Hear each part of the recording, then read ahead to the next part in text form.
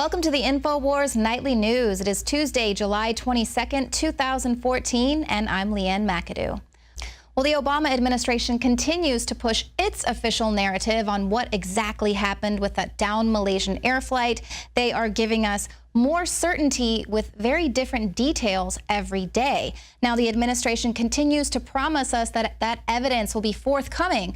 But for now, just look to all the YouTube videos and the social media as the evidence.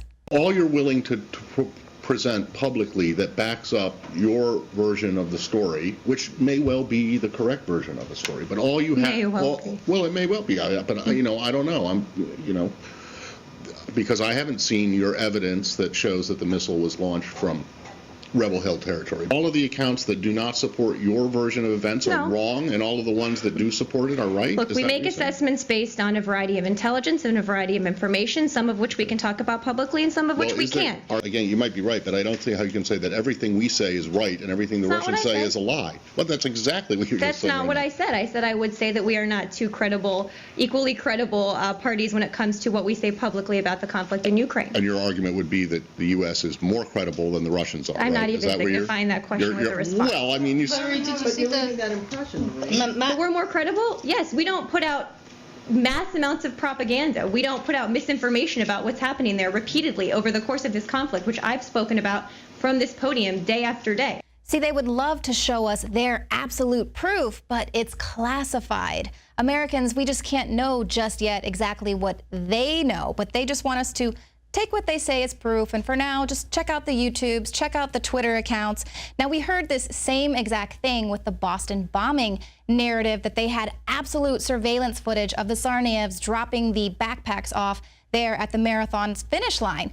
Now, the governor didn't even review this footage himself. He was just briefed on the surveillance tapes by the police, but he went out to all of America and said, I've seen it. These are the only two suspects. Just trust this official narrative that we're giving you. And this is exactly what happened there. There was absolute evidence of weapons of mass destruction. Of course, that faulty information launched a decade-long war. So there is a problem when they say, just trust YouTube. We already know that it can be tampered with. If that is their logic, then here is irrefutable proof of a baby T-Rex at a baseball game.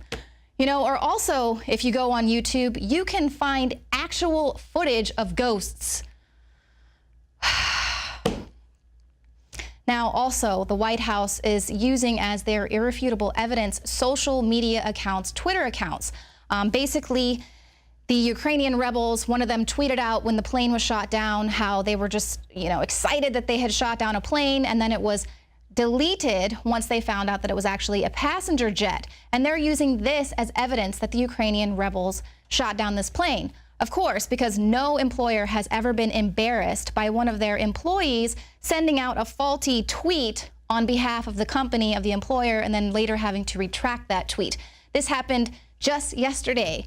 A lackey over at the Environmental Protection Agency tweeted out to all their followers hey, come and play the Kim Kardashian Hollywood game with us.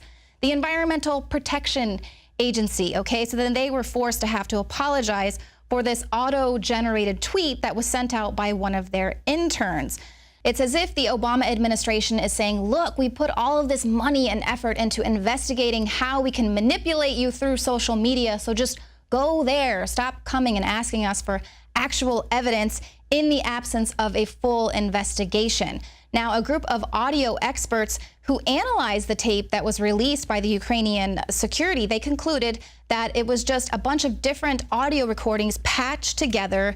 They were unrelated, and they were just sort of stitched together. And now we have another key piece of evidence being debunked. This is according to award-winning site Mish's Global Economic Analysis. Now, this site is known to speak with knowledgeable people in various subject areas, and then they'll report on what they said. This account is coming from Jacob Drazen. He's a U.S. citizen who speaks Russian, and he reads Ukrainian, and provided this update earlier today. He talks about the video that's making the rounds that purportedly shows an SA-11 unit heading back to Russia after the downing of the plane with a missing missile or so. And of course, this is now being questioned. Going by the billboard and other features of the scenery, Russian bloggers and news sources claim to have identified the road in the video as having been taken in or near the town of Krasnoyarsk. Now, this town has been under Kiev's control since May. Now, he goes on to describe the billboard as advertising a car dealership in that town, as well as pointing out that an architectural structure that is in that area is also in the town of Krasnoyarsk. This town is 74 miles from the Russian border and about 49 miles from where the Malaysian 777 went down. Again, that area has been under Kiev's control since May. But the State Department tells AP reporter Matt Lee that they're not even going to dignify his question with an answer when he dares question the official government narrative. But that is not all. Now there is also video coming out of the BBC. It is showing the reaction by the Ukrainian rebels expressing surprise when they realized that it was a downed passenger flight. Иностранцы. Ну да, это... А кто им тут коридор дал? They're foreigners, a voice says. Who allowed them to fly over here? Now, of course, this video doesn't prove whether or not they were responsible for shooting down the flight, but it does suggest that there was no deliberate plot to target the plane.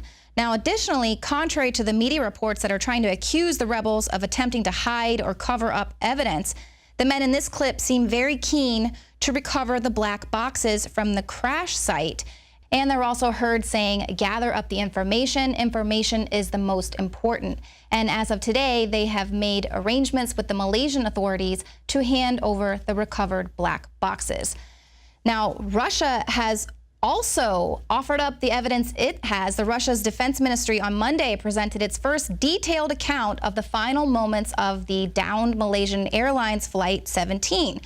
Well, the Wall Street Journal reports that Russian radar had spotted a second aircraft in the vicinity that shortly before the crash, and that satellite imagery showed Ukraine had moved missile systems into the area before the incident.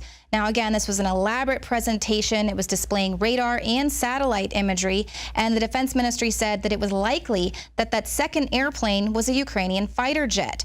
They also show these satellite photos allegedly portraying several Buk ground-to-air missile systems in the area close to where the plane crashed. Now, the systems, according to Mr. Mukashev, who gave this presentation, says they could only belong to the Ukrainian military. And there were a series of questions asked throughout the presentation, but nothing was concluded, which was in direct contrast to what we're seeing in the West. They presented zero evidence, really, but have drawn many inflammatory and politically motivated conclusions.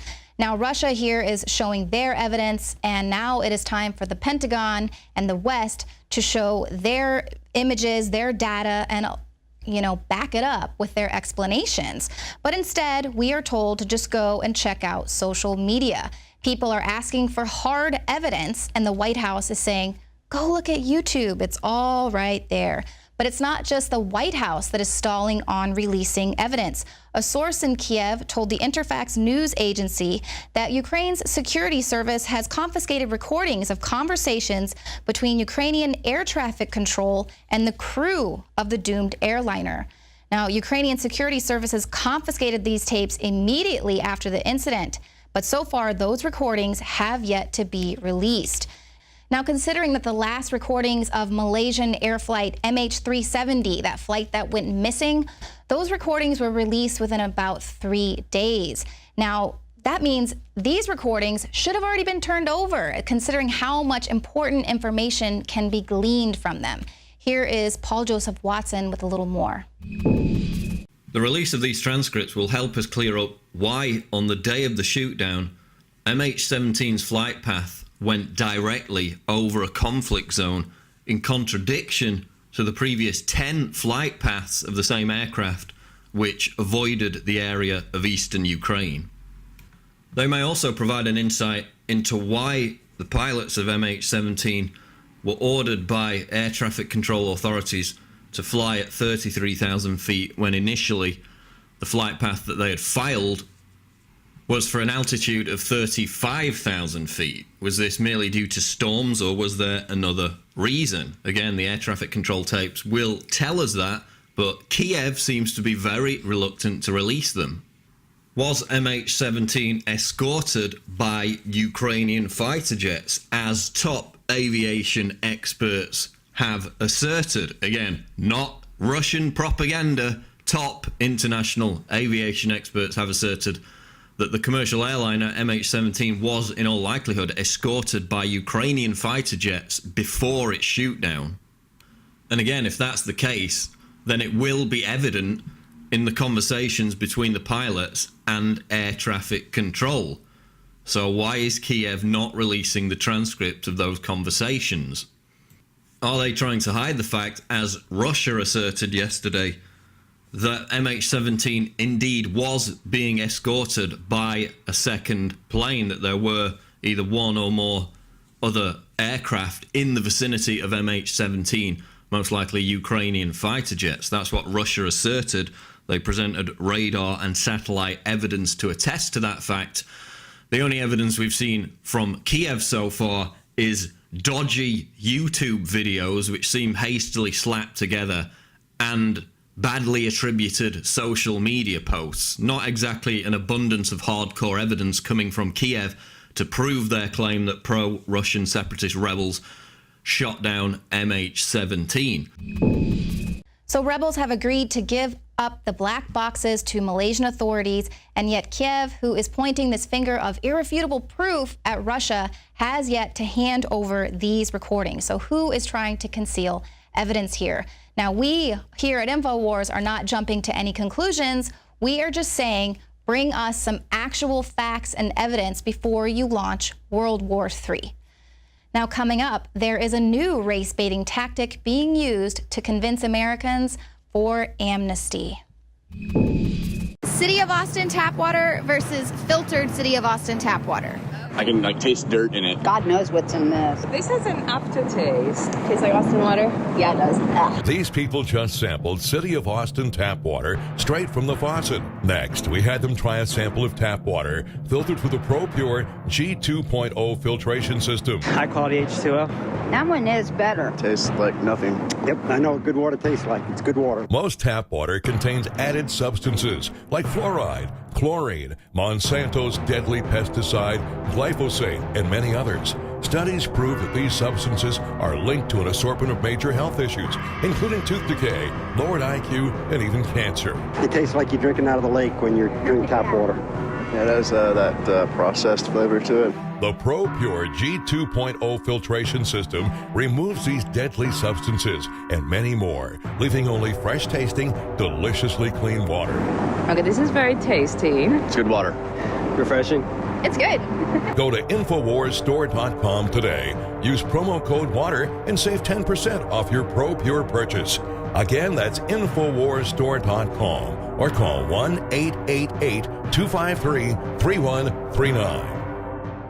This is Alex Jones for InfoWarsLife.com. The latest in preparedness is now here. An electrically stabilized colloidal silver solution that can be added to both your home cabinet and preparedness pack alike. Concentrated to 30 parts per million in what has been dubbed the survival silver solution. The new InfoWars Life Silver Bullet Colloidal Silver is the answer for you and your family. And it's entirely free of toxic artificial additives that are loaded into many products. The InfoWars Life Silver Bullet Silver is so powerful that it is concentrated into a 2-ounce bottle and is not recommended for extended continual use. This is not a low-grade formula. We are working with one of the top laboratory manufacturers in the United States to bring you the best form of colloidal silver using electrical processes within a base of deionized water for your preparedness storage or your home kitchen. Purchase your bottle of InfoWarsLife.com Silver Bullet Colloidal Silver today and find other amazing supplements at InfoWarsLife.com. Well, each week, more illegal immigrants are entering the state of Texas than people who are born in Texas during that same period of time. Now, this is according to Texas State Senator Dan Patrick. Every week, week after week, we've been averaging for the last year apprehending between 6,000 and 10,000 people a week. If we apprehend 8,000 or 9,000 a week, that's more people than are born in Texas each week. So we're talking about an exorbitant amount of people coming into the country. No country can contain that. Texas towns are already reporting feeling the pressure fiscally. But that doesn't matter to Nancy Pelosi. She is once again shaming Americans who don't